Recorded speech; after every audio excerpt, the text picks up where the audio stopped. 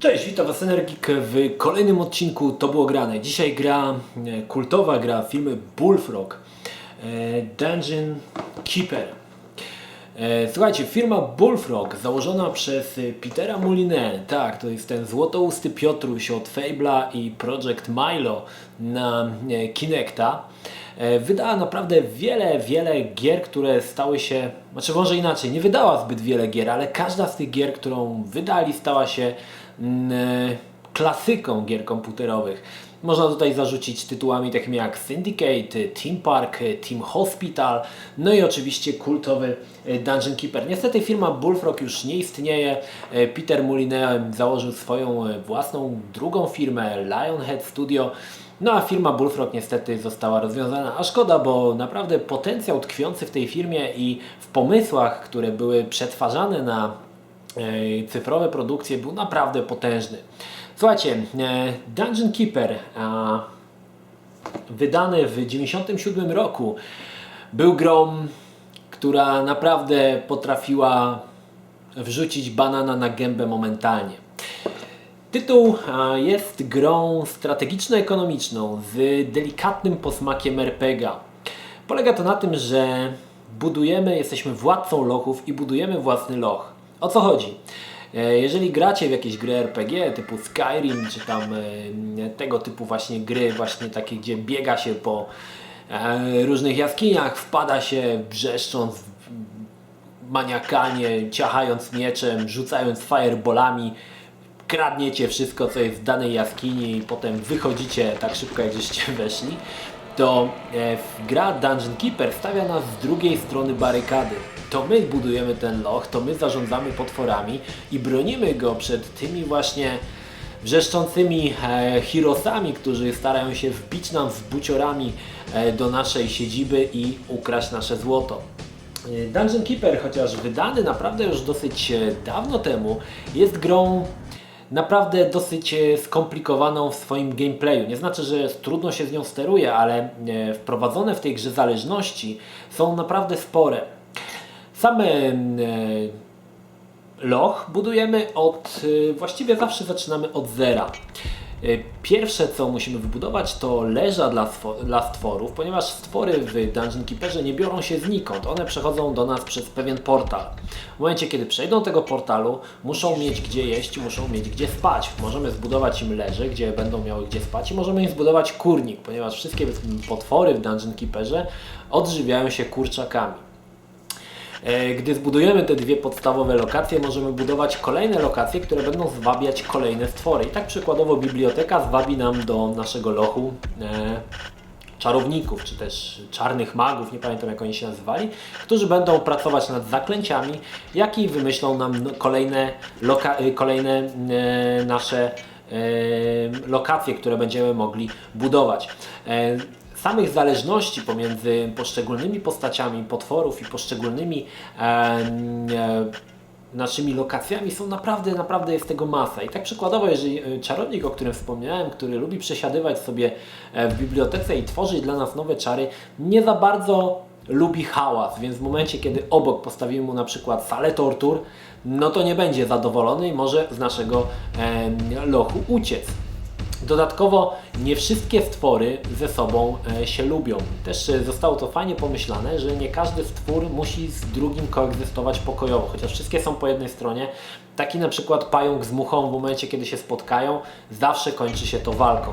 Także fantastyczna sprawa. Dodatkowo mnóstwo możliwości, które zaimplementowali twórcy, które naprawdę sprawiają, że gra jest bardzo rozbudowana i tak przykładowo pokonując jakichś bohaterów w trakcie rozbudowywania naszego lochu, oni na przykład atakują nas, my ich pokonujemy, mamy parę możliwości. Możemy tych bohaterów wtrącić do więzienia, możemy z więzienia przenieść ich na przykład do sali tortur, gdzie będą torturowani.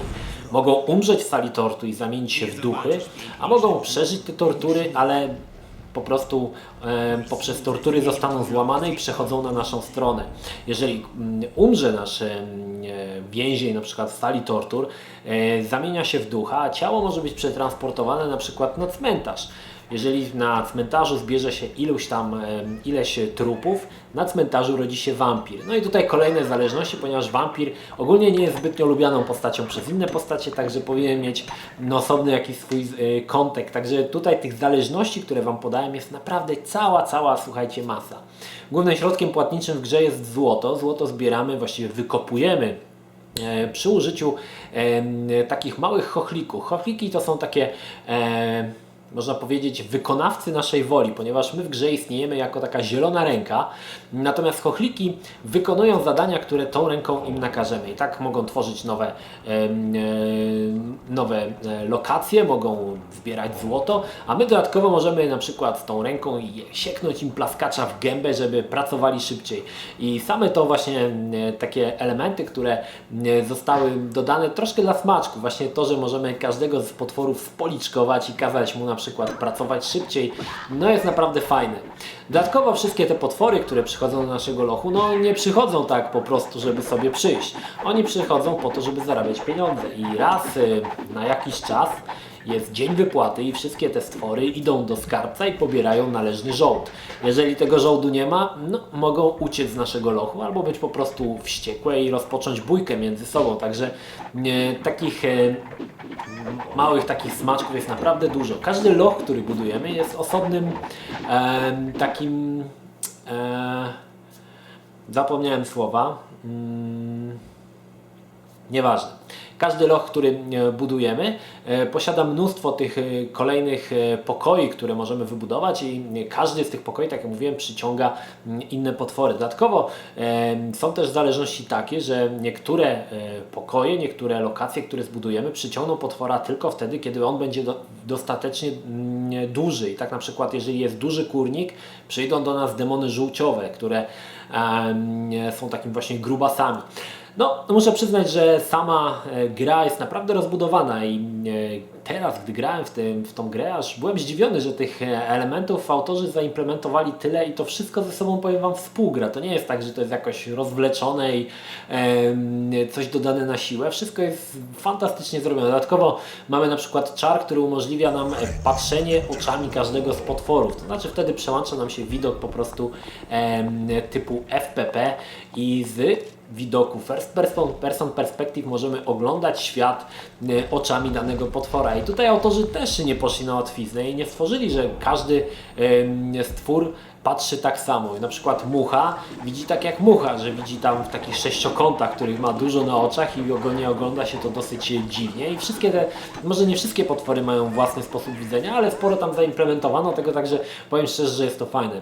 Naszym głównym zadaniem w grze jest albo pokonać drugiego władcę lochów, który ma swój własny loch, swoje własne stwory, albo przetrwać atak bohaterów, którzy wpadają do naszej siedziby w którymś momencie i starają się pokonać wszystkie stwory, ukraść złoto i oczywiście wesoło pląsając wyjść z naszego lochu z naszym ciężko zdobytym złotem. Także kolejnym zadaniem w naszych planszach jest pokonanie albo tych bohaterów, albo tych właśnie stwory wrogiego władcy lochów. Niestety gra w którymś momencie wkrada się do gry monotonia, ponieważ tytuł składa się z 20 plansz.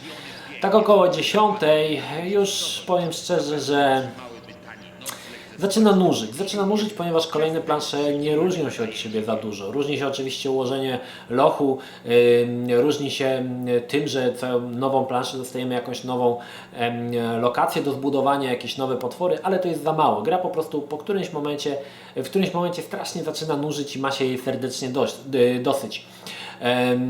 Perełką w całej grze jest ostatnia misja, gdzie mamy dwa tylko stwory. Są to rogate rozpruwacze, są to stwory, które nie lubią się absolutnie z nikim i każdy z tych stworów musi mieć własny taki mikroekosystem, w którym może egzystować, ponieważ one nie mogą ze sobą razem mieszkać, ponieważ by się pozabijały.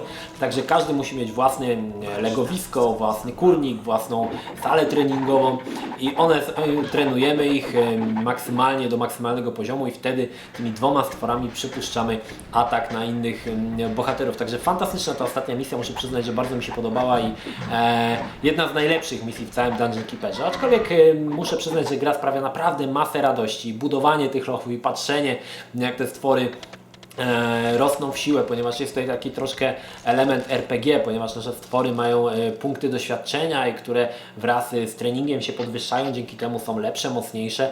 Także no naprawdę fajnie to wygląda.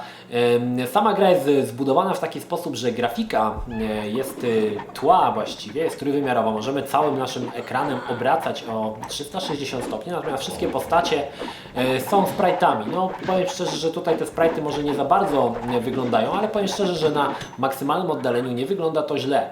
Ponownie grając w tą grę skorzystałem z patcha, który umożliwia odpalenie tej gry pod Windowsem 7 i umożliwia odpalenie jej w wysokiej rozdzielczości. Dzięki temu gra wygląda dokładnie tak samo, jak wyglądała w 1996 roku, a możemy uruchomić po prostu wyższą rozdzielczość i wygląda to nadal tak samo i gra się tak samo fajnie. Osobną kwestią, którą zostawiłem na koniec, zanim o niej opowiem, którą chciałem opowiedzieć, jest tłumaczenie, ponieważ gra została wydana całkowicie w języku polskim, łącznie z głosem narratora, no i oczywiście wszystkimi napisami przetłumaczonymi na język polski. Pewnie się zapytacie, no dobra, no i co w tym dziwnego, bo teraz wszystkie tak gry wychodzą. Dziwne jest to, że Dungeon Keeper był pierwszą grą, zachodnią grą spoza granic Polski, która została spolszczona i w ówczesnym czasie CD Projekt, który odpowiadał za spolszczenie tej gry, właścicielem CD Projektu chyba wtedy był pan Onichimowski, o ile dobrze pamiętam, nie chcę tutaj przekręcić nazwiska.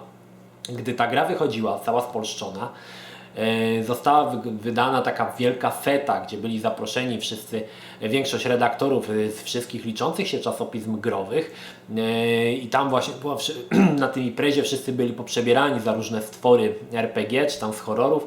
No i to była taka właśnie impreza, taka z pompą z okazji wydania tej gry. Dzisiaj już się takich rzeczy nie robi, ale w tamtym czasie było to dosyć głośne, rozpisywano się i w Top Secrecie i w Secret Service właśnie na ten temat, także fantastyczna sprawa.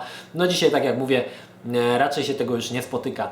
Ale dlaczego wspomniałem o tym tłumaczeniu? Jest to, słuchajcie, jeżeli oglądacie mnie od jakiegoś czasu, zapewne wiecie, że ja nie gram w gry dubbingowane po polsku. Jeżeli już, to mogę włączyć sobie napisy, ale nigdy nie gram w gry, w której jest podłożony język polski.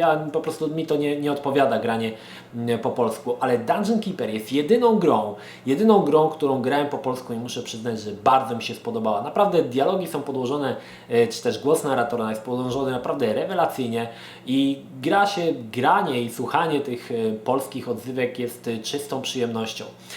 Słuchajcie kochani, no dobrze, zobaczmy co jest w pudełku.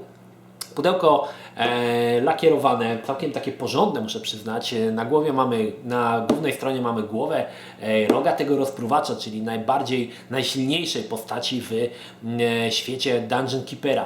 Ok, no otwórzmy i zobaczmy co jest w środku. W środku, słuchajcie, manual i to jest manual nie taki, gdzie jest 2 karteczki, ale jest to porządna książeczka opisująca wszystkie tajemnice i sekrety gry Dungeon Keeper. I oczywiście karta referencyjna, która też nie jest właściwie książka referencyjna, no i oczywiście gra. Otworzę, żeby zobaczyć, czy mam płytę. Jest płyta w środku. Słuchajcie, Dungeon Keeper dzisiaj, po tylu latach, kiedy włączyłem, ponieważ skończyłem tą grę dawno temu i też pamiętałem, że ona przy końcu już mnie strasznie nużyła, ale włączając dzisiaj odżyły stare wspomnienia. Jest to naprawdę fantastyczny tytuł. Jeżeli jesteście fanami RPG, polecam. Jest to takie ujęte z sporą dozą humoru i naprawdę może się podobać.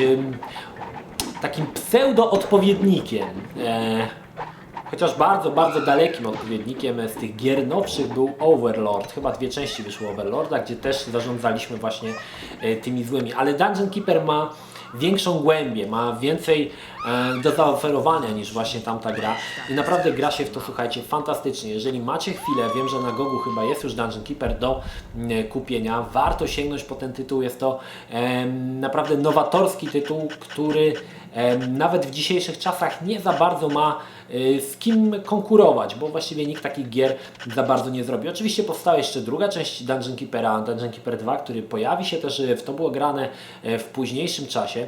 Niemniej jednak pierwsza część gra naprawdę innowacyjna, to czasy właściwie, lata 90. to czasy, kiedy powstawały gry naprawdę innowacyjne i potrafiące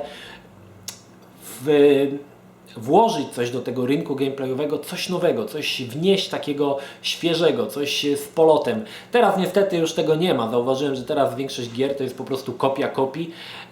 Gry nie wnoszą za dużo jakichś nowatorskich rozwiązań, także to jest zupełnie właśnie z innych czasów. Także kochani, jeżeli macie chwilę, zapoznajcie się z tą grą. Fantastyczny tytuł, Dungeon Keeper, firmy Bullfrog. Zobaczcie, jak kiedyś się robiło gry, ile one fanu sprawiały, chociaż może graficznie nie są porywające, ile fanu sprawiało budowanie tych lochów, tworzenie tych wszystkich komnat, trenowanie potworów i oczywiście walka. Także Dungeon Keeper, pozycja kultowa. Muszę przyznać, że pomimo tylu lat nadal ta gra nie wygląda źle. Jeżeli dorzucicie do tego patcha, który doda Wam wysoką rozdzielczość i będziecie mogli uruchomić tą grę spod Windowsa 7, naprawdę ta gra wygląda spoko i myślę, że pomimo tylu lat niewiele może się wstydzić. Także zapraszam Was do zapoznania się z Dungeon Keeper i żegnam Was słowami, które były reklamą, słowami reklamowymi Dungeon Keepera. Jak dobrze być złym. To tyle. Pozdrawiam Was, Energik. Trzymajcie się. Do następnego. Cześć.